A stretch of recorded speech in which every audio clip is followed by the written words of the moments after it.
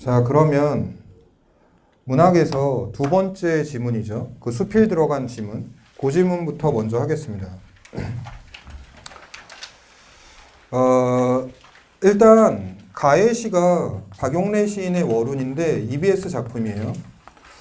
이거는 그러니까 준비가 돼 있어야 돼요. 준비가 돼 있다는 건 이 시를 보자마자 떠오르는 것들이 본인 머릿속에 있어야 되죠. 예를 들어 이 시는 노인의 외로움을 묘사하는 작품이다.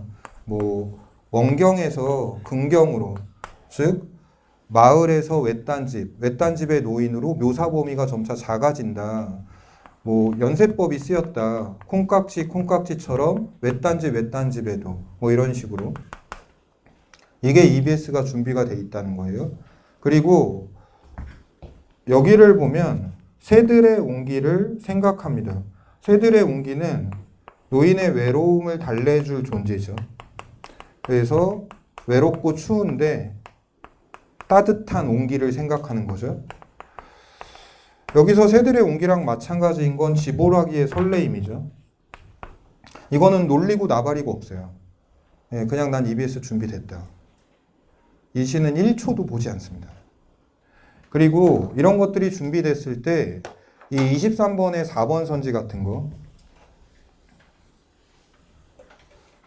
지보라기의 설레임하고 새들의 온기에 대해서 일상을 자연스럽게 받아들이는 노인의 감각, 뭔 개소리야. 그냥 그 반응으로 끝이에요. 이거는 노인이 자신의 외로움을 벗어나기를 염원하고 있는 건데 이게 뭐 일상을 수용해.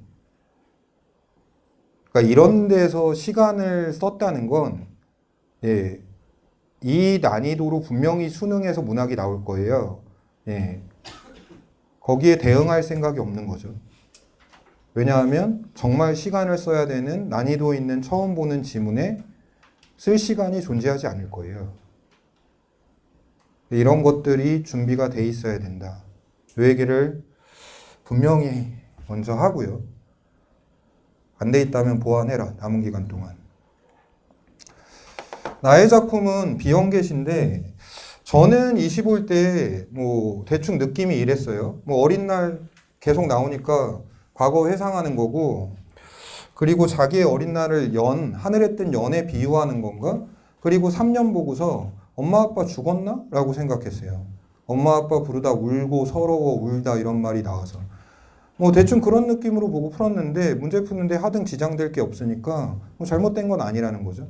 나의 작품이 어려웠던 건 아니고 문제는 단데요. 그리고 난이도 있는 수필이 무조건 나온다고 생각하세요. 그리고 그거를 대응하는 방식에 대해서 본인 나름대로 알고리즘을 만들어 두세요. 제가 이걸 두 개로 나눠서 설명할 건데 여기서 신의의 입장을 파악하는 건 전혀 어렵지 않은데 나의 입장이 어려워요.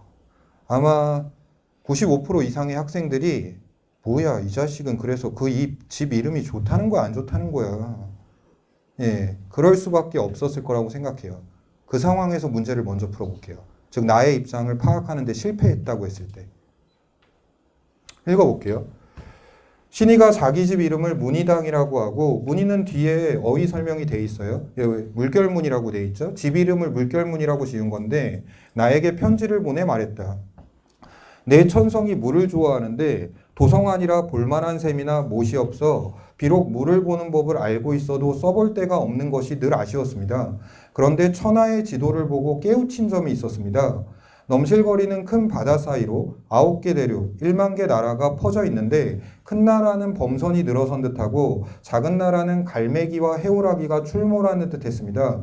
천하 만국에 두루 살고 있는 사람들은 모두 물 가운데 있는 존재일 뿐. 이게 천하의 지도를 보고 신의가 깨달은 거죠. 모든 대륙과 1만 개 나라, 이 세상의 모든 존재는 지도를 보니까 다 물 가운데 살고 있는 존재라는 걸 알게 됐다. 이것이 제 집의 이름을 문희, 물결문이라고 한 까닭입니다. 그대는 저를 위해 이 집에 기문을 지어주시기 바랍니다. 기문 뭔지 모르더라도 대충 이 집에 대한 어떤 글, 자기가 문희라고 이름을 지었는데 이것에 대한 너의 견해, 어쨌든 그걸 알려달라 이런 느낌이고요. 자, 이 상황에서 나가 이제 얘기를 하는데 말했듯이 모르겠다고 가정해 봅시다. 뭔 소리야? 이 상황에서 문제 풀어볼게요. 이 나의 견해를 해석하는 건 이따 돌아와서 해볼게요. 이거 제대로 해석한 애는 글 잘 읽는 애예요. 매우 잘 읽는 애입니다. 왜냐하면 걔는 의도를 볼 줄 알아요. 이 문장을 여기다 왜 적었는지 의도를 생각할 줄 알아요.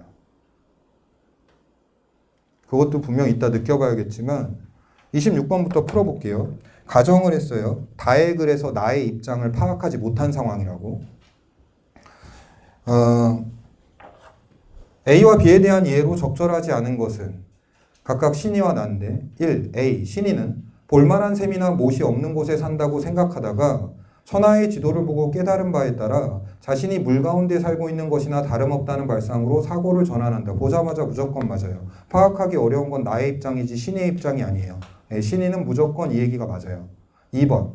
A가 자기 집을 문이라고 한 것에 대해 B, 나죠. 나가 동의한 이유는? 그러면 얘는 나의 입장을 파악하지 못했기 때문에 이거 의문보 일단 띄울 수밖에 없어요. 동의했는지 안 했는지 지금 모르는 상황이니까. 근데 여기서 계속 머물고 있으면 안 되고요. 일단 뒤를 봐야 되죠. 동의를 했다면 그 이유는? A의 상황이 배를 집으로 삼아 사는 사람의 상황보다 A가 신이죠. 이거보다 집에 들어앉은 사람의 상황에 가깝다고 생각했기 때문이다. 지금 이 2번 선지를 보니까 만약에 나가 신이가 문이, 즉 물결문이라는 그 집의 이름을 지은 걸 동의를 했다면 그 이유는 무엇이냐?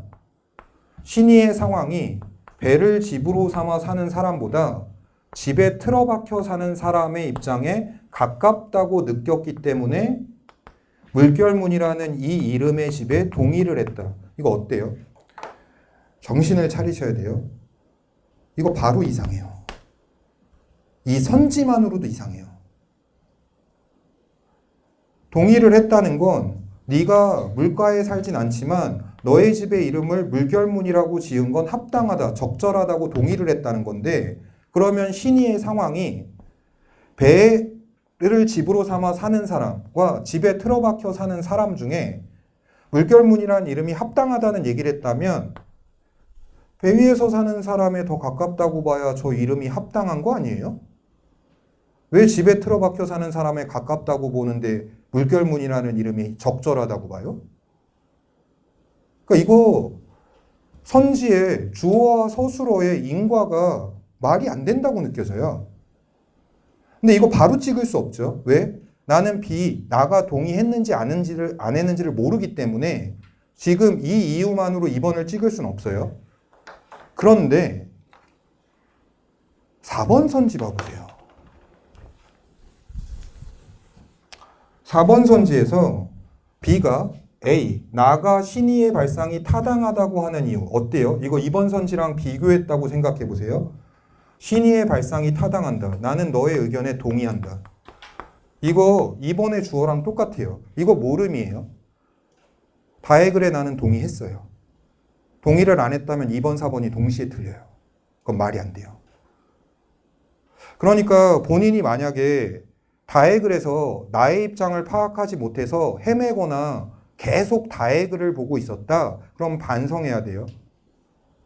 이거 글에 대한 파악이 일부 부족하고 뭔가 헷갈리더라도 문제와 선지로 들어갔을 때 오히려 문제와 선지에서 도움을 받아서 상황을 파악하고 문제를 푼 경험이 수험생에게는 수도 없이 쌓여 있어야 돼요. 그게 수험생이지. 지가 완벽한 놈이 아닌데 지가 파악하지 못하는 글이 왜 나올 리가 없니? 나올 수 있지. 그럼 이걸 봤을 때 동의한 건 맞다고 확정지어야 돼요. 답이 두 개일 리가 없으니까. 자, 근데 그 상황에서 이유를 얘는 이렇게 얘기했어요. 바다의 성 가운데 살더라도 그것을 가리켜 물에 산다고 보는 것이 비의 생각만이 아니라 사람들의 판단과도 일치하기 때문이다. 그러면 4번에서 지금 뭐라고 그랬냐면 바다의 성 가운데 살더라도 그것을 가리켜 물에 산다고 말하는 것이 이렇게 물에 산다고 말하는 것이 신의의 생각만 아니라 일반적인 사람들의 판단과도 일치하기 때문이다. 그러면 바다의 섬 가운데 사는 건 물에 산다고 말할 수 있다. 그것이 너의 생각이지만 다른 사람들도 그렇게 생각한다. 그래서 너의 집 이름을 물결문이라고 짓는 것에 동의한다. 이건 말이 돼요. 섬 가운데 있더라도 그건 물에 사는 것이다. 따라서 너의 집 이름은 물결문이라고 지어도 된다. 이 순간 2번이 답임을 확신합니다. 이거 지금 푼 과정을 분명히 음미해 보셔야 돼요. 가장 음미할 건 다의 글에서 나의 입장을 선지를 통해서 파악했다는 거예요. 이거 만약에 이렇게 파악한 다음에 다의 글 다시 보면 동의했다는 걸 확정짓고 볼 수 있기 때문에 사뭇 다르게 보여요, 이 글이. 네, 정답은 2번입니다. 자, 그 다음에 27번 문제. 이게 문학에서 오답률 1등이에요. 전체 2등이에요. 그리고 문학에서 오답률 10등 안에 들어가는 게 5개가 있어요. 이런 시험지 처음 봤습니다. 최근 몇 년 동안은 뭐 독서만 나래비를 썼으니까 오답률 10등 안에. 얘가 전체 2등이에요. 자, 이거 볼게요. 보기를 바탕으로 가, 다를 이해한 내용으로 가장 적절한 것은 보기. 문학작품 속의 소재들은 연관성 속에서 서로 유사 혹은 대립의 관계를 이룸으로써 의미를 생성하거나 그 특징을 부각하는 효과를 드러낸다. 이런 보기 문제에 나온 거 작년 6월부터인데요. 보기에서 이 작품의 정서와 정서, 정서와 상황, 상황과 상황이 유기적인 관계를 이루면서 어쩌고저쩌고 나와요. 그리고서 작품의 어떤 구절들을 연결해서 의미가 이렇게 발생한다고 쓰는데 이거 사실 보기 아무 의미 없어요. 네. 근데 이런 유형 나올 거예요. 이번 수능에서도. 자, 그럼 이거 볼게요. 1번. 가의 허방달이 드러내면 보이는 마을, 깽속 같은 마을은 얕음과 깊음의 대비. 이 두 개가 얕음과 깊음의 대비가 되는 건가? 이루어 숨어있는 두 공간의 차이. 예를 봤을 때요. 무조건 찢습니다. 이 무조건이 왜 되냐 하면 나는 가의 시를 EBS 작품이라 공부했고 이 두 마을은 같은 마을이에요. 노인이 사는 동일한 마을인데 무슨 두 공간의 차이야? 이게 선지가 헷갈리는 게 있을수록 나머지 선지를 자신감 있게 지을 그 실력이 있어야 돼요. 이런 선지까지 헷갈리고 있으면 답이 없어요, 이거. 그리고 2번 선지를 볼게요. 가의 무와 고구마는 차가움과 따뜻함의 대비를 이루어 밤의 출출함을 달래기 위해 먹는 다양한 음식의 속성을 부각하고 있다. 이거 있잖아요. 일단 제가 지은 논리를 먼저 얘기할게요. 저는 다양한 음식의 속성 부각에서 바로 지었어요. 그 이유는 간단해요. 가의 작품의 주제, 핵심은 노인의 외로움 정서예요. 그러면 외로운 인물의 정서를 드러내려고 시 마지막도 월운, 달무리로 끝낸단 말이에요. 그러니까 외로운 풍경으로 끝낸 거란 말이에요. 근데 외로운 사람의 정서를 드러내는데 음식의 다채로움을 왜 부각해? 뭔 개소리야? 하고 지웠거든요. 자, 근데 뭐 제가 올해 수업 이제 듣는 제 학생 중에 그 아끼는 학생이 있어요. 아끼는 건 딱 하나예요. 아, 얘 성실하다. 열심히 한다. 그러면 아끼게 돼요. 근데 그 중에 한 학생이 저를 찾아와서 얘를 찍고 틀렸더라고요. 그러면서 자기가 문제를 풀 때 자기는 특별히 이게 안 될 이유가 없다고 생각하면 그냥 찍고 넘어간대요. 근데 지금 저하고 비교해 보셔야 돼요. 저는 지금 외로운 정서를 강조하는 시에서 뭐 다양한 음식의 속성을 부각해. 이렇게 하고 지웠잖아요. 그리고 다시 안 봤잖아요. 근데 걔는 이렇게 얘기하더라고요. 그럴 수도 있죠. 저도 잠깐 생각했어요. 외로움이 주된 정서인데 음식의 다양한 속성을 부각하는 게 좀 안 맞지 않나? 근데 그럴 수도 있잖아요. 여기서 조정해야 돼요. 저는 이래서 맞았잖아요. 그러니까 수많은 평가원 문제를 풀어오면서 그 시의 어떤 핵심 정서와 무관한 것을 정말 뜬금포로 음식의 다양함을 부각한다는 건 안 맞을 가능성이 높다는 느낌을 많이 제가 썼던 거예요. 그리고 틀린 적이 없고. 그럼 그 느낌을 찾아가셔야 돼요.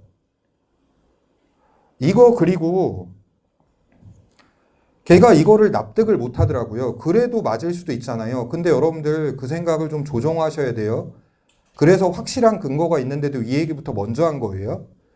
걔가 그래도 얘기를 하길래 제가 이걸 다시 한번 봤어요. 그런데 이게 무와 고구마가 차가움과 따뜻함의 대비라고 그러면 고구마가 따뜻하다는 거잖아요. 이거 걔 군고구마 떠올렸겠죠? 걔는 그러니까 살면서 생고구마를 한 번도 못 봤을 거예요. 근데 너희들 여기 보면 고구마를 깎는다는 표현이 있어요. 군고구마를 왜 깎아요? 이거 농담으로 하는 얘기가 아니라 근거를 자기 머릿속에서 찾지 마세요. 자기의 삶에서도 찾지 말고요. 나는 살면서 군고구마 먹었으니까 고구마가 따뜻한 건 당연해. 이런 논리를 쓰지 말라는 거죠. 이 작품에서 고구마는 깎고 있으니까 이 새끼 따뜻한 군고구마가 아니에요. 자릅니다. 자, 그 다음에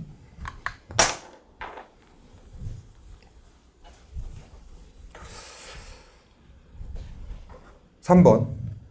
다의 9개 대륙과 1만 개 나라는 바다 안의 육지라는 유사성으로 관계를 맺으면 이 순간 제가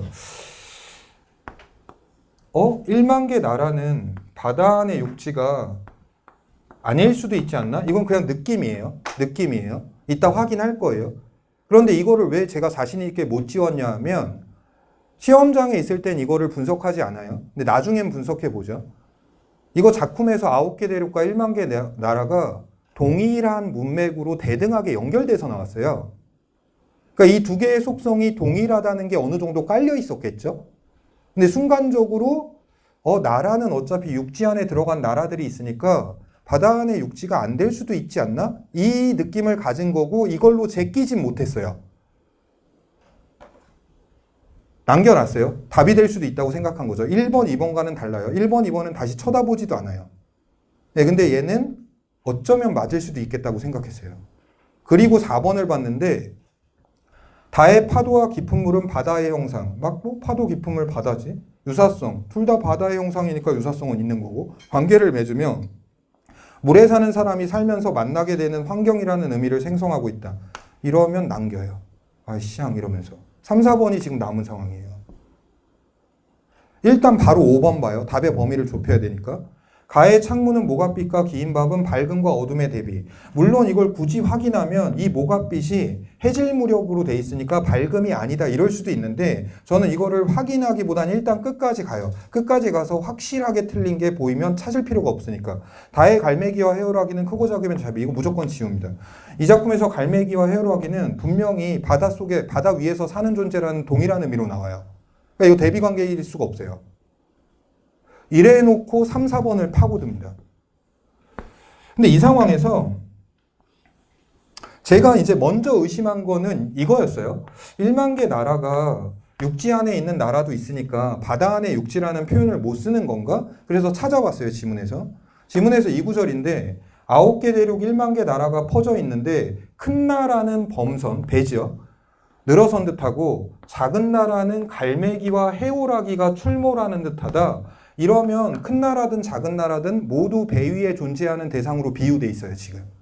물 위에. 그러면 이거 안 돼요. 이 논리 못 써요. 분명 작품에서 모든 나라가 바다 위에 있는 존재들로 비유돼 있으니까 바다 안의 육지라고 얘기할 수 있어요. 그래서 제가 무슨 짓을 했냐면 4번 봤어요. 4번에 뭔가 틀릴 때가 있나? 4번을 봤는데 다의 파도와 깊은 물은 바다의 형상이라는 유사성. 이거는 뭐 따질 필요가 없고요. 관계를 맺으며 물에 사는 사람이 살면서 만나게 되는 환경. 저는 지금 이거 시비 걸려는 목적이잖아요. 그래서 이거 물에 사는 사람이 살면서 만나게 되는 환경이 아닐 수도 있나? 이 생각이 든 이유가 이 작품에서 섬에 살면서 섬 가운데 살면서 집에 처박힌 새끼가 하나 나와요. 얘가 있었다는 게 기억이 난 거예요. 그래서 얘는 물가에 살지만 바다를 아예 못 보고 산다는 얘기가 가능한 건가? 그래서 얘 얘기 찾아봤어요. 찾아봤는데 이 구절이 나와요. 이 그가 집에 처박혀 사는 놈이에요. 성 가운데서. 날마다 파도와 깊은 물을 가까이 접하지 않는다고 하여 뭐라고 그랬어요? 날마다 접하지 않는다고 하여. 그럼 날마다 접하는 건 아니지만 어쨌든 가끔씩은 접한다는 얘기가 되고, 그렇게 보면 살면서 만나게 되는 환경이라는 게 틀릴 수가 없어요. 만약에 이거 제가 3번의 오류 끝끝내 못 찾잖아요. 저 이거 일단 4번 찍고 넘어가요. 연결해 놓은 다음에. 4번은 틀릴 이유를 못 찾겠어요.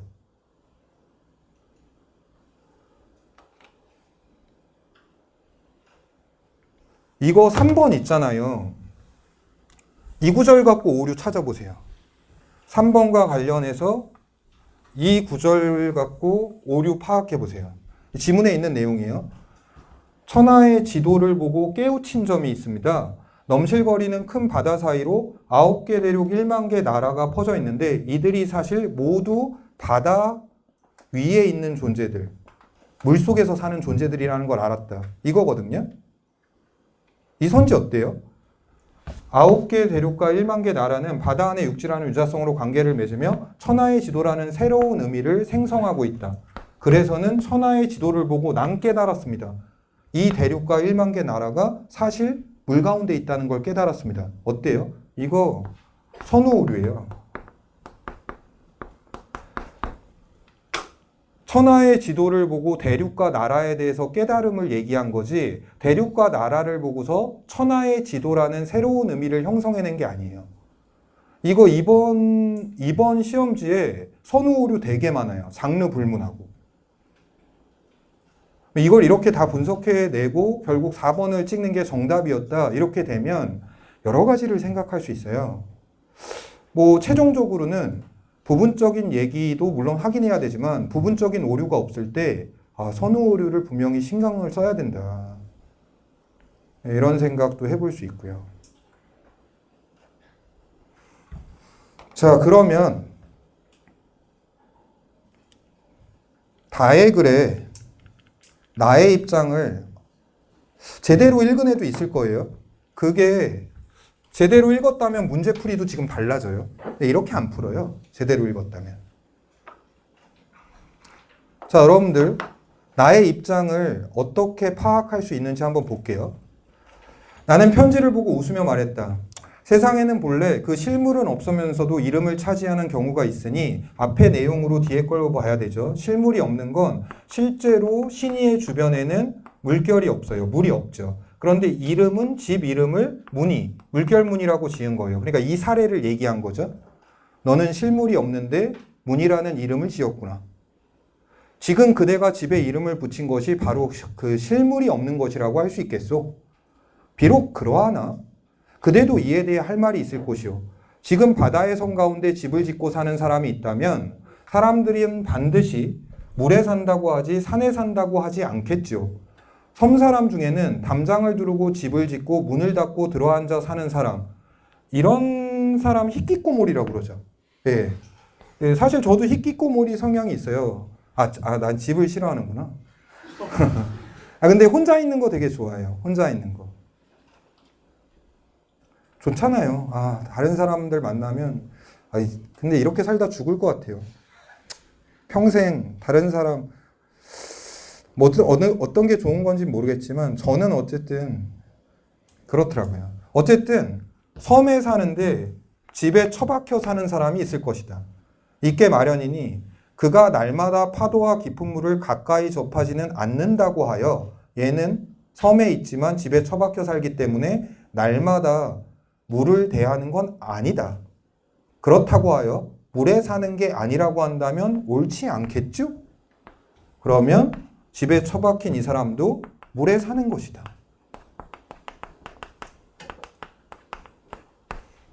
이 얘기를 왜 했을까? 제 주변엔 물이 없는데 저의 집 이름을 물결문이라고 지었어요. 어떻게 생각하시나요? 섬사람 중에서 집에 처박혀 서는 히키코모리가 있을 것이다. 그렇다고 얘가 물에 사는 게 아니잖아. 얘는 물에 사는 거야. 의도가 좀 느껴져요.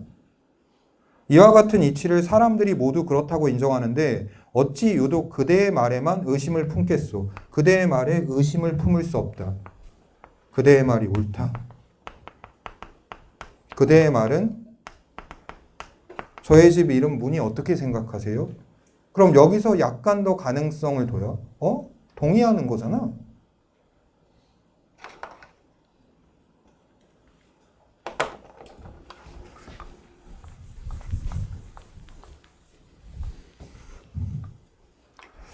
대지는 하나의 섬이고 세상 사람들은 섬 사람이라오. 비록 배를 집으로 삼아 무리를 떠다니면서 날마다 물과 더불어 살아가는 사람이라 하더라도 그 형평상 눈을 한 곳에 두고 꼼짝하지 않을 수는 없을 것이고 잠시 눈길을 돌려서 잠깐 동안이나마 물이 있다는 것을 생각하지 못할 때가 반드시 있을 것이요. 배 위에 사는 사람도 지금까지 나온 사람 중에 물에 가장 가까운 사람이죠. 근데 이 사람도 잠시 눈길을 돌려서 물을 잊을 때가 있는 거 아니냐. 그리고 이 문장 어떤 의도예요?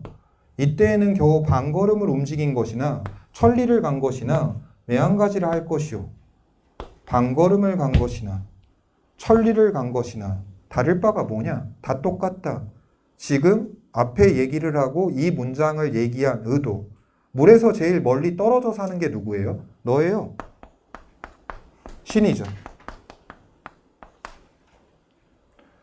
개보단 물에 가까운 게 누구예요? 예. 섬에 사는 히키코모리예요. 섬에 살지만 집에 처박혀 사는 놈이죠. 물에 제일 가까운 게 누구예요? 배에 살지만 잠시 한눈 판 사람이에요. 물을 보지 않은 거죠. 무슨 얘기하고 싶은 거예요? 다 같다. 다 같다. 따라서 결론이 뭐예요? 배 위에 사는 사람과 너가 정도의 차이만 있을 뿐이지 다를 바가 없으므로 너의 집 이름을 물결문이라고 짓는 것에는 아무 문제가 없다. 이 의도예요, 이거. 만약에 이걸 이렇게 제대로 읽어냈다면 아까 그 문제 있잖아요. 이 26번을 푸는데 2번이 어떻게 보이겠어요? 배를 집으로 사는 사람과 집에 들어앉은 사람 비교 대상이 안 돼요. 네. 나의 견해는 둘이 정도의 차이지만 다를 바가 없다는 거예요. 애초에 비교 대상이 안 돼요. 이렇게 해서 바로 2번을 찍을 수 있어요. 이거는 두 가지로 나눠서 생각을 해보라는 거예요. 실전적으로 다에 그래서 나의 명확한 태도를 파악하지 못했다 해도 선지에 집중해서 선지의 의미의 오류를 찾아내서 풀 수도 있다. 하지만 순수하게 글을 읽는 능력으로 얘기한다면 분명히 이 수필을 보면서 얻어갈 게 있어요. 저 말을 한 의도가 뭐냐. 정도의 차이는 있지만 이들이 매한가지 아니냐. 위에서 나열된 3명의 인물. 물에서의 거리가 가장 먼, 가장 가까운. 얘네들이 다를 바가 뭐냐.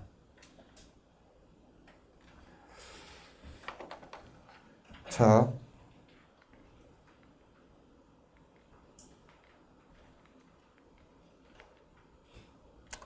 첫 번째 작품이죠. 예, 수경낭자전을 할게요.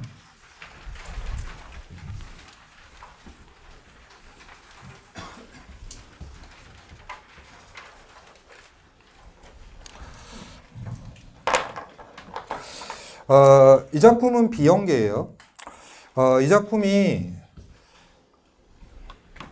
뭐 그렇게까지 아주 상황 파악이 어려운 건 아닌데 다만 이 앞부분을 읽을 때 이 반응들은 좀 유심히 봐두세요. 이런 반응들을 보이셔야 돼요. 성군이 한림원에 다녀온 후 편지 먼저 하는지라. 노복. 고전에서 노복은 하인이죠. 주야로 내려와 상공께 편지를 드니 이 순간의 1차 반응은 성군하고 상공이 동일 인물인가 다른 인물인가? 이 의문점을 가졌을 때 성군이 편지 먼저 하는지라. 그러면 성군이 편지를 보낸 건데 하인이 이 편지를 상공께 드리니 그러면 다른 인물 쪽에 좀 더 무게가 가요. 근데 이건 가능성이에요.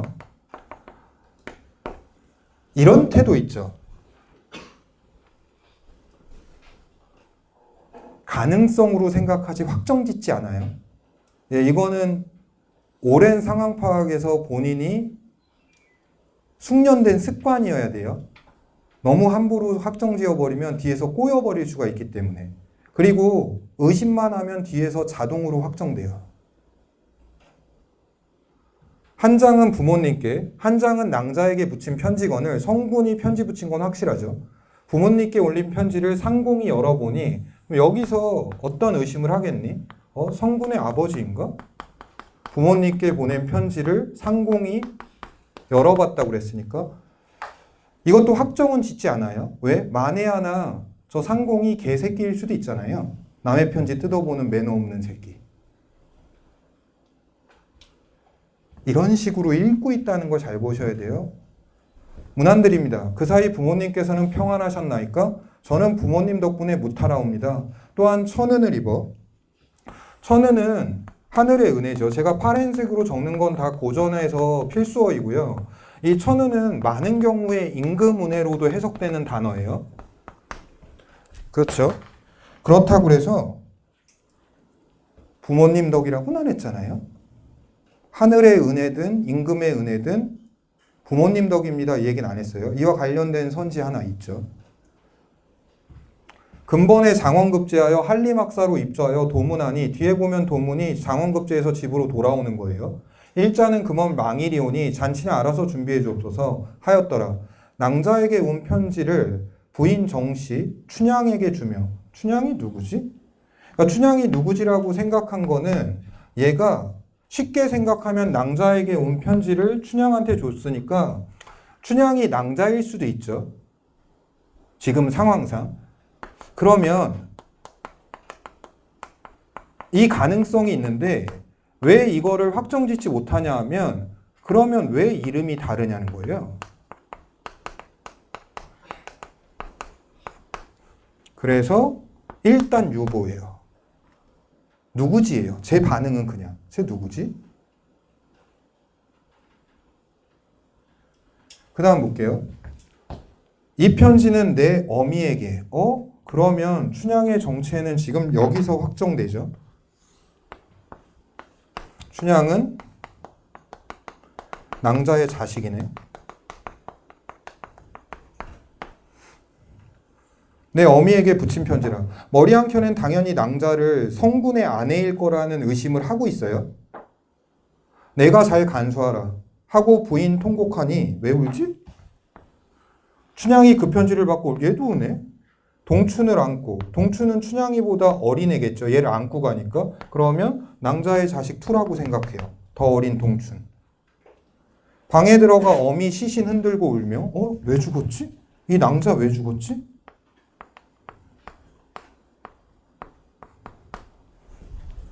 흔들고 울며 편지 열어 낮에 대고 통곡할 어머님 일어나소 아버님 편지가 왔나이다.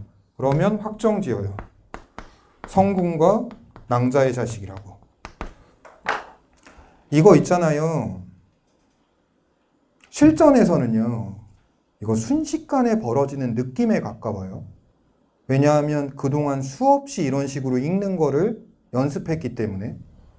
그런 거 있잖아요. 내신식 공부라는 게 뭐냐 하면 그냥 누군가에게 내용을 듣고 문제 푸는 거 완전 또라이 짓이죠. 수능과는 전혀 상관없는 짓을 하는 겁니다. 물론 EBS는 결론적으로 알면 한 작품이 나와요. 하지만 진짜 좀 성적을 가르는 건 지금 이건 높은 단계의 상황 추론 지문이 아니에요. 하지만 기본 태도는 이렇게 읽어 나가는 거예요. 그리고 제가 한참 건너뛰었는데 이게 이 지문의 마지막이고 중간에 나온 내용 보면 그 시아버지, 중략 부분 줄거리에 시아버지의 오해로 인해서 수경낭자가 자결했다는 얘기가 있어요. 그러니까 그 시아버지가 상공인 거죠. 근데 다시 살아나죠. 그리고 옥황상제가 자신을 부른다고 다시 올라가겠다고 얘기하는데 요 마지막을 좀 읽어볼게요. 우리 올라갈 때가 급하였으니 하직하고 올라가사이다 하니 성군이 부모 지정을 잊지 못하여 성군도 같이 가는 거야? 부모 지정을 잊지 못하여 망설이고 있네. 부모에 대한 마음 때문에 새로이 슬퍼하니 성군과 낭자 부모를 위로하여 나아가 엎드려 고할 소자 등은 세상 영분이 다하였었기로 오늘 하직하옵나이다. 결국은 하직하고 올라가겠다는 거구나. 하고 인하여 하직하며 부모님 내내 평안하옵소서 하고 청사자 한 쌍을 몰아 한림은 동춘을 낭자는 춘향을 안고 자식까지 다 데리고 가네. 구름에 쌓여 올라가는지라 상공부부 낭자와 성군이 천궁에 올라가느로 망연해하며 세간을 다 나누어주고 백세를 살다가 한나란시에 별세하더라. 있잖아. 요 문제 하나를 얘기할 건데요. 21번 문제요. 이 21번 문제를 틀렸거나 답이 없어서 오래 헤매고 이랬다면 이거 잘 들으셔야 돼요. 일단 보기를 읽어볼게요. 보기에서 상공의 잘못, 며느리인 수경낭자를 의심해서 죽음에 이르게 한 내용이겠죠. 개인의 문제이기 이전에 가문이라는 명분을 중시하는 인간 세상의 구조적 문제, 가문을 중시하는 걸 인간 세상의 문제라고 보고 있죠. 그래서 수경부부는 가문이라는 명분이 작동하지 않는 천상으로 보내고 이런 문제가 없는 천상세계로 보냈다는 거고, 상공부부는 가문의 무의미함을 깨닫게 하고 있대요. 그리고 마지막을 보니까 수경부부는 천상에 간 뒤에도 부모를 잘 섬기려는 모습을 그려내고 있대요. 이걸 읽고요. 이 선지들을 봤을 때요. 일단 이거 누구나 지문의 저 구절들이 보기에 이 내용으로 연결이 되나? 하면서 읽게 돼요. 그게 지금 이 밑줄 친 내용들이에요. 그러니까 예를 들어 이거예요. 수경이 부모님 돌아가실 때 연화궁으로 모셔가겠다고 하는 데에서 이거 지문에 있는 내용이에요. 근데 이것이 보기에 나온 가족사랑의 보편적 가치를 환기하려는 것을 확인할 수 있다. 죽어서 연화궁에서 부모를 모셔가려는 건 가족사랑의 모습이 드러난다는 보기의 내용과 연결이 되니까 문제없이 넘겨요. 근데 여러분들 이거 잘 들으셔야 돼요. 여기 밑줄 친 게 지문의 구절이고 이 뒤에 밑줄 친 게 각선지에서 보기의 내용들인데 이거 아무것도 문제가 없어요. 이거 지가 답을 억지로 만들면 안 돼요. 이거 다 연결될 수 있거든요. 자, 이 상황에서 이건 문제 푸는 본인의 알고리즘에 가까워요. 그리고 이 알고리즘은 평가원에 의해서 자기가 형성된 거여야 돼요. 이 상황에서 판단 대상을 바꾸셔야 돼요. 얘로 바로 바꿔야 됩니다. 뒤에 계속 보기의 설명을 보면서 걔를 붙잡고 있지 말고 선지에서 판단이 안 된 부분들로 먼저 돌려야 돼요. 그러니까 이게 지금 지문에 이 내용이 있는데 이게 연화궁에서 수경과 부모를 만나게 하려는 내용이 맞느냐? 맞죠? 문제가 없어요. 그 다음에 2번. 수경이 성군에게 천궁으로 올라가사다이다라고 하는 데에서 수경 부부를 천상으로 보내. 천궁으로 가는 건 천상으로 가는 게 맞죠? 그래서 가문이란 명분이 작동하지 않는 곳에서 사는 거 보기의 내용상 맞고요. 자, 이렇게 보다 보면 3번에서 이상함을 발견할 수 있어요. 수경 부부가 부모를 위로하여 나아가 엎드려 고하는 데에서 승천을 망설이는 모습을 보여주어 이렇게 돼 있거든요. 그런데 이 구절의 앞뒤 문맥이 모호해요, 이거 지금. 그러니까 저게 승천을 망설이는 거냐 하고 확인을 해보면 지금 3번에서 얘기한 구절은 이거거든요.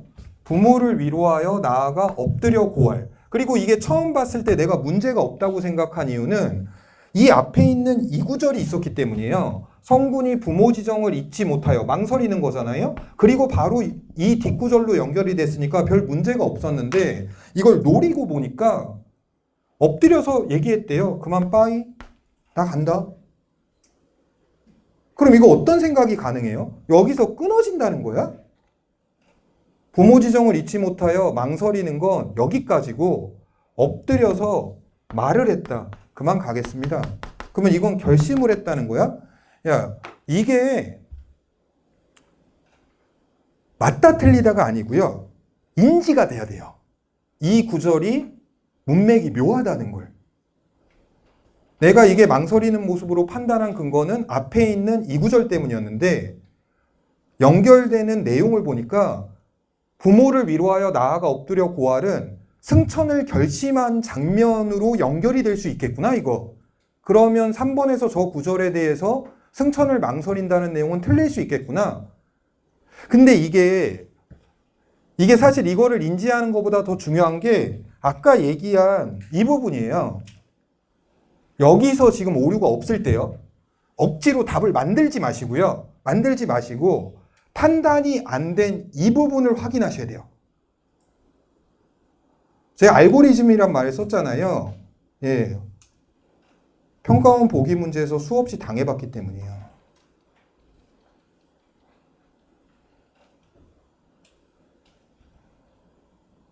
그래서 3번이 나와요. 자, 그 다음에 이 작품은 원미동 시인인데 EBS 연계 작품이에요. 이건 별로 설명 안 할 거예요. 그냥 아까 연계 얘기했잖아요. 그러니까 이거 줄거리를 이미 공부해 놨다면, 그러니까 몽달 씨가 원미동 시인이고 되게 순수한 인물이고 좋은 인물이에요. 김반장은 개새끼죠. 예, 쓰레기예요, 쓰레기. 그러니까 착한 몽달 씨 이용해서 슈퍼일 시키다가 이 중략 부분에 생략된 얘기가 뭐 대략 이런 거예요. 몽달 씨가 묻지마 폭행 당하거든요. 청년 2명한테 막 얻어맞아요. 근데 사람들이 보고 있고 몽달 씨가 살려달라고 슈퍼로 들어오는데 김반장이 문을 닫아버립니다. 그리고 몽달 씨는 계속 처맞고. 이런 것들이 준비되어 있으면 이거 순삭돼요. 이 30번 문제에서 시간대 판단하는 거 좀만 조심하시면 어쩌면 니네 31번 문제는 아니잖아요 이럴 수 있는데 아니에요. 그거 내용에 의해서 4번 선진가인가? 31번에서 그냥 개소리로밖에 안 보여요. 그러셔야 돼요. 나는 그거 맞다고 봤는데 그럼 제가 장담할 수 있어요. 걔 원미동 시인 전체 내용 모를걸요? 아까도 얘기했잖아요. 이렇게 EBS의 도움을 받지 않으면 이 정도 난이도에선 정말 시간을 써야 되는 작품과 문제에서 걔는 절대로 쓸 수 없어요. 마지막 가작품은 좀 볼게요.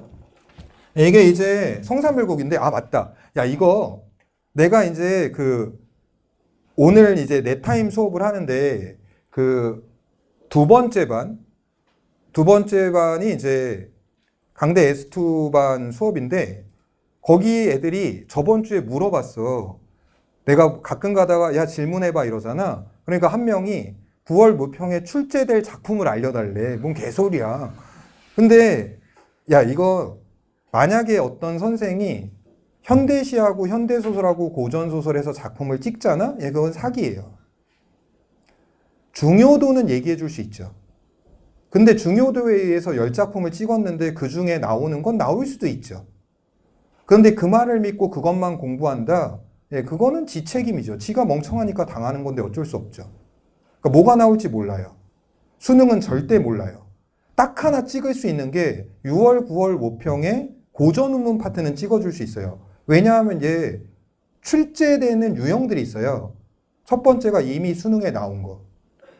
6월 모평에 나온 한거시 팔곡이 그렇고 성산별곡 이미 수능에 나왔어요. 수능에 나왔는데 그 작품의 클래스가 꽤 높은 거. 성산별곡이죠. 그래도 내가 저번 주에 성산별곡 찍었다? 가서 존나 자랑했어. 맞췄다고. 근데 6, 9월은 맞출 수 있는데 수능은 때려 죽여도 못 맞춰요. 때려 죽여도. 그러니까 그런 말 절대 믿지 마세요. 그냥 다 하셔야 돼요. 그리고 요런 관점에서 이 작품을 좀 설명해 볼게요. 고전, 운문, EBS 작품은 무조건 출제가 되는데 어느 정도까지 본인이 준비가 돼 있어야 되느냐? 지금 얘기하는 것들을 다 할 줄 아는 정도까지 하셔야 돼요. EBS 모든 고전 운문은.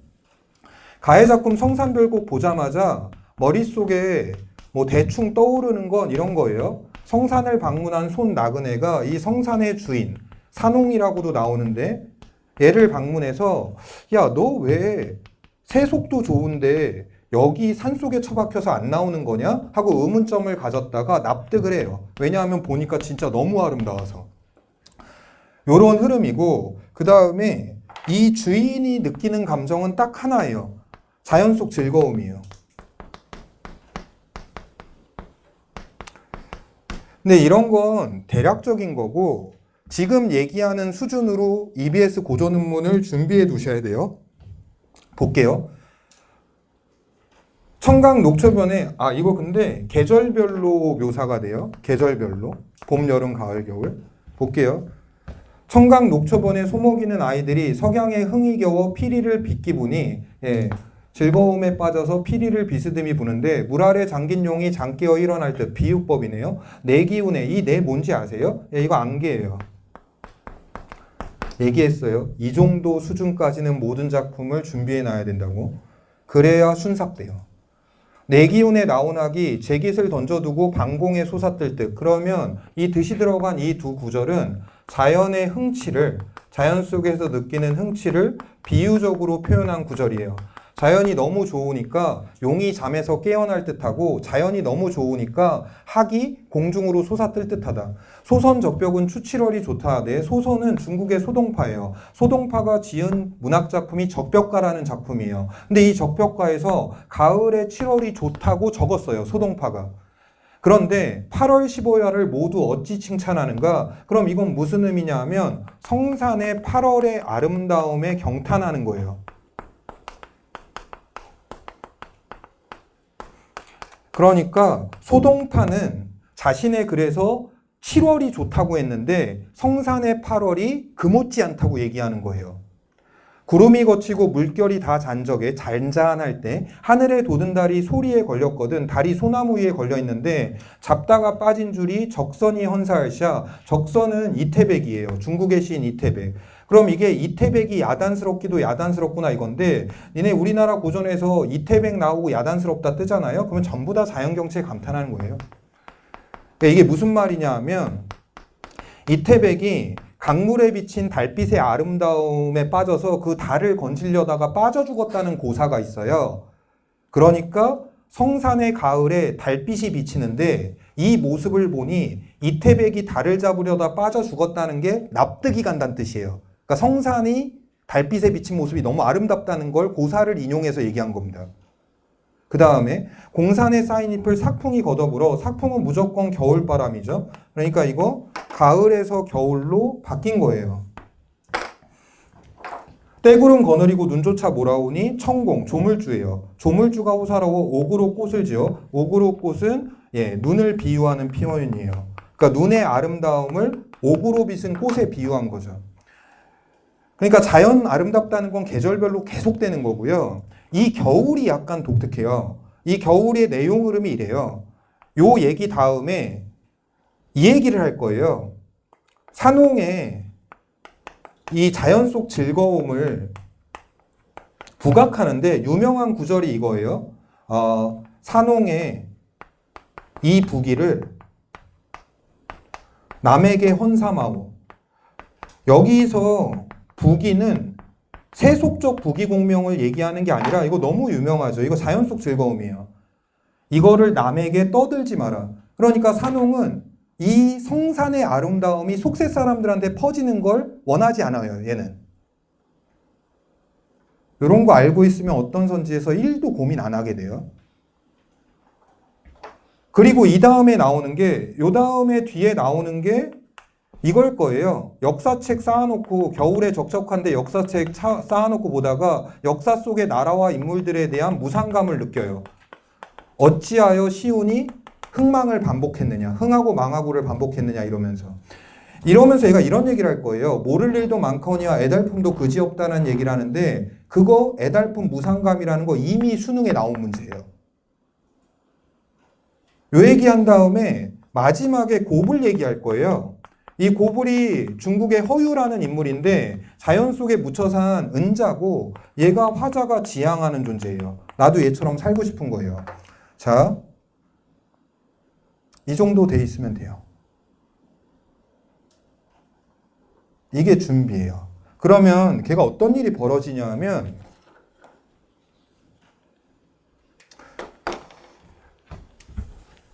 나의 작품 지금 문제 푸는데 별 상관이 없지만 이 작품에 대해서 제가 보인 반응들을 좀 보여줄게요. 생매사바 길 잘 들여 매를 길들였다는 거야? 먼 산 두매로 꽁사냥 보내고 매로 사냥하는 거네.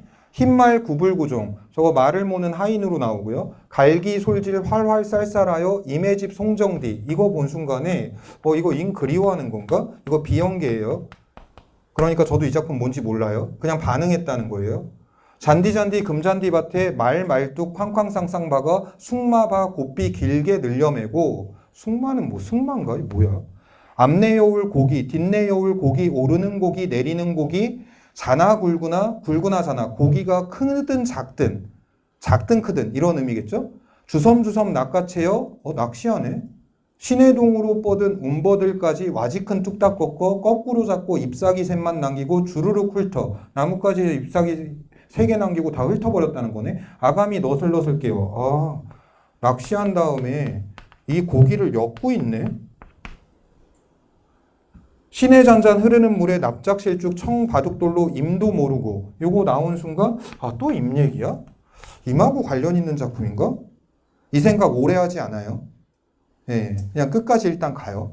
아무도 모르게 가만히 살짝 자기자 장단만 쳐 지근지지 눌러놓고 동자야 이디에 학타신 성관은 신선인데 성관이 날 찾거든. 그물 낚싯대 종이 종다래끼 피리 밥불똥 고추장 술병까지 가지고 뒷내 여울로 오라고 일러만 주소. 성관하고 같이 낚은 고기 안주로 해서 먹겠다는 거구나. 아마도 산중오거리 나쁜 인간오라 얘를 보잖아요. 예, 그러면 임얘기 저 하늘로 보내버려요. 인 그리워하는 거랑은 아무 상관이 없고 이거 자연 속의 풍류를 즐기는 건데 낚시해서 고기 안주로 해서 성관 신선하고 같이 술 나눠 먹겠다는 거니까 전 이게 맞다는 얘기를 하는 게 아니에요. 이 느낌으로 읽고 일단 풀러 들어가요. 그리고 문제 푸는데 문제 없으면 그냥 풀고 말아요. 뭘 이걸 계속 보면서 혼자서 시간을 보내겠어요? 여기서 이 33번 문제를 띄워놓은 이유는 뭐냐 하면요. 오답률이 높아요. 근데 여기서 제가 재밌는 걸 하나 보여드릴게요. 이 문제를 푸는데 가장 필요한 능력이 뭔지를 보세요. 1번 삭풍, 겨울바람, 가을잎을 쓸고 간 자리에 구름을 불러와 공산, 빈산을 눈세상으로 만들었다고 한 것에는 좋아하는데 이거 인물이 거처한 공간의 아름다움, 눈 내리는 성산 좋아하죠. 인식이 계절에 따른 자연의 변화, 가을에서 겨울로 바뀐 거죠. 이러면 이거 다시는 안 봐요. 1도 이거 볼 생각 없어요. 이게 준비가 돼 있다는 거예요. 무조건 맞아요. 2번 앞여울을 건너가는 노승을 발견하고 경료굴은 눈 덮인 성산을 비유하는 표현이에요. 저 구슬을 얘기하는 건데 구슬이 눈을 비유해요. 들키지 않기를 바라는 것에는 빼어난 경치를 소중하게 여기는 태도가 숨어있는 세계, 경료굴 은세계 이게 숨어있는 세계라고 적혀 있는데 이 세계가 알려질 것에 대한 염려 얘도 다시는 보지 않아요. 산홍은 세상에 성산의 존재가 알려지기를 원하지 않는다는 거 알고 있어요 제가. 3번 만족스러운 외적 풍경에서 눈을 돌려 벗이 없는 산 중에서 망고 인물을 생각하는 것에는 겨울에 적적해서 역사서 보면서 역사 속의 인물들 지금 떠올리고 있는 건데 정신적 세계에 주목하는 태도가 적적한 상황에 놓인 인물의 행위를 통해 드러난다. 맞는데? 제가 여기 흥미로운 걸 보여드리겠다는 건 뭐냐면 4번을 제끼는데 4번에서 일단 시험장에서 제 반응을 보여드릴게요. 저는 그냥 이랬어요. 이상에 미치지 못하는 현실이라고 나와서 뭐야 이거 자연 속에서 만족하고 살아가는 건데 무슨 현실이 이상에 미치지 못해. 자연이 너무 좋다는 건데 여기서 5번 보고 고불은 무조건 긍정적 대상이니까 4번 찍고 말아요. 근데 이거를 제 조교가 선생님 이거 뭐로 제꼈어요? 하고 와서 물어보더라고요. 왜 그러냐 그러니까 다른 국어 선생 조교가 자기 친구인데 걔가 이 문제를 자기한테 물어봤대요. 뭐로 제꼈냐고.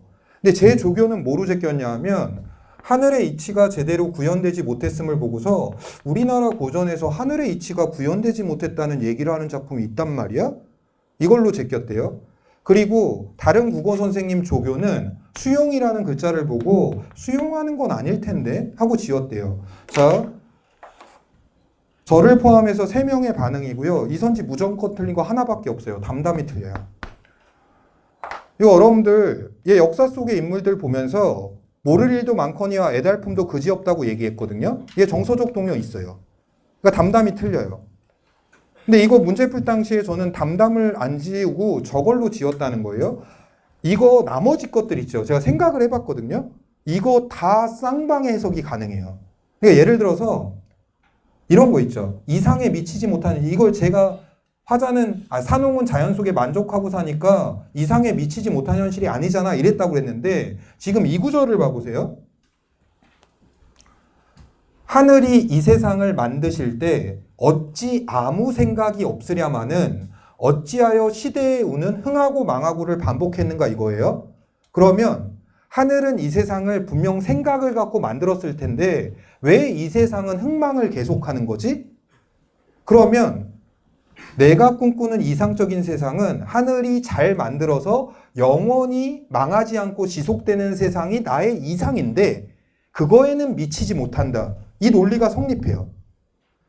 그럼 얘는 안 틀렸다고 볼 수도 있거든요. 하지만 이 현실을 단순히 산홍이 처한 자연 속 현실로 본다면 얘는 만족하고 사는 게 맞으니까 또 틀린 건가 이렇게 돼요. 그런데 제 조교하고 다른 조교가 찍었다는 얘네들도 다 뒤집힐 수 있어요. 쌍방 논리가 다 가능해요. 그러면 이거 뭐가 중요한 거예요? 1, 2, 3, 5번을 완전히 제끼고 다시는 안 봤다는 거예요. 4번을 뭐로 제끼든 아무 상관없어요. 이게 푸는 애들이 왜 빨리 풀면서도 답을 금방 낼 수 있는 거냐? 확실한 선지에서 고민을 안 해요. 그 실력과 공부를 했기 때문에. 뭐로 제끼든 뭔 상관이에요. 답은 4번인데. 그게 안 되면 이제 내가 안 된다는 건 1, 2, 3, 5번을 의심의 여지 없이 제낄 공부가 안 돼 있다. 예, 그러면 본인의 부족함을 채우십시오.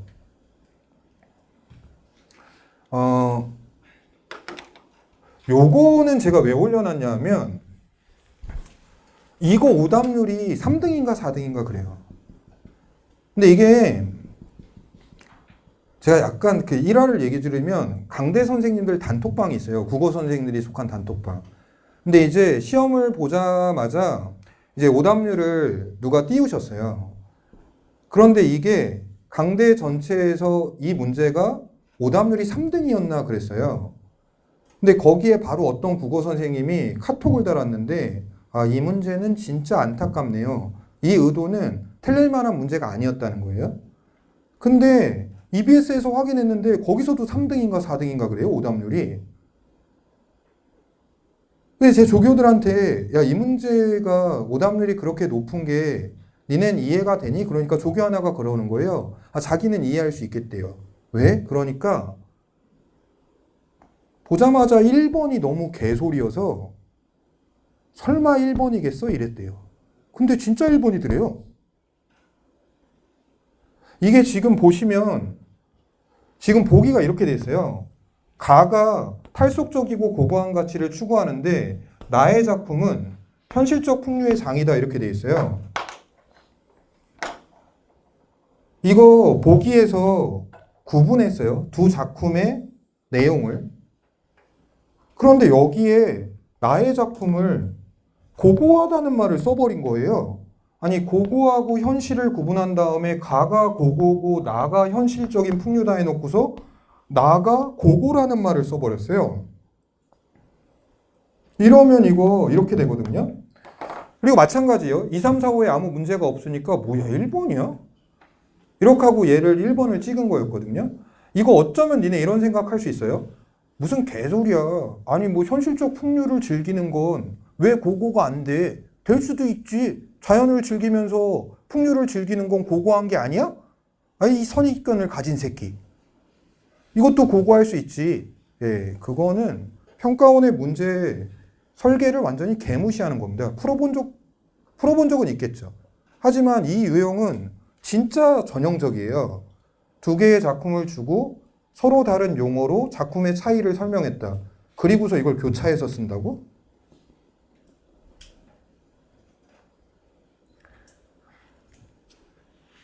네, 평가원이 하라는 사고방향으로 가세요. 평가원이 하라는 사고방향은 뭐냐 하면 그게 정답이라는 거예요. 그럼 그게 정답으로 찍히는 논리를 그냥 수용하세요. 여러분들 독서로 넘어갈 건데 우리 5분만 쉬었다 합시다. 5분만. 예.